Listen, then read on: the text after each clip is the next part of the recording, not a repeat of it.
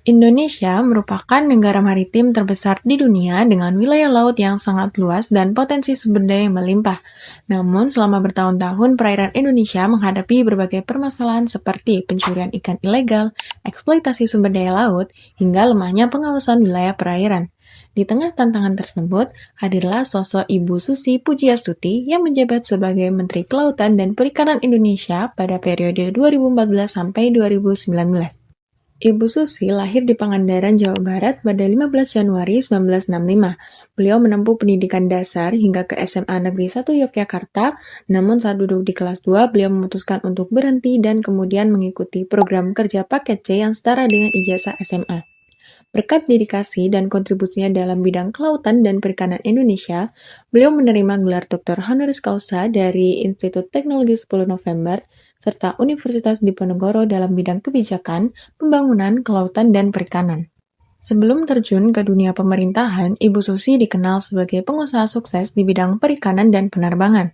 Beliau mendirikan PT ASI Pujiastuti Marine Product yang bergerak dalam pengolahan dan eksplorasi laut dengan produk unggulan lobster. Selain itu, beliau juga mendirikan PT ASI Pujiastuti Aviation yang melahirkan maskapai Susi Air pada tahun 2004. Nama Susi Air kemudian semakin dikenal luas ketika pesawatnya menjadi salah satu yang pertama membantu pengiriman logistik bagi korban tsunami Aceh. Gaya kepemimpinan yang dimiliki oleh Ibu Susi yang pertama, Ibu Susi yaitu memiliki gaya kepemimpinan yang sangat transformasional, di mana pemimpin yang transformasional merupakan pemimpin yang mampu menciptakan perubahan besar yang berdampak pada sistem, kebijakan, dan cara kerja organisasi. Hal ini dapat dilihat melalui Ibu Susi yang berhasil membawa perubahan sistemik dengan moratorium perizinan kapal dari 1.300 kapal eks asing menjadi hanya 67 kapal. Kemudian yang kedua, Ibu Susi merupakan pemimpin yang sangat resolutif, di mana pemimpin yang resolutif merupakan pemimpin yang tidak hanya pamer janji manis, tetapi menampilkan tindakan yang nyata.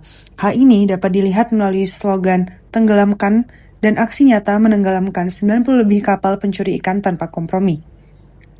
Yang ketiga, Ibu Susi merupakan seorang pemimpin yang sangat visioner, di mana pemimpin visioner memiliki kemampuan melihat kebutuhan jangka panjang dan mengarahkan perubahan untuk mencapai masa depan yang lebih baik.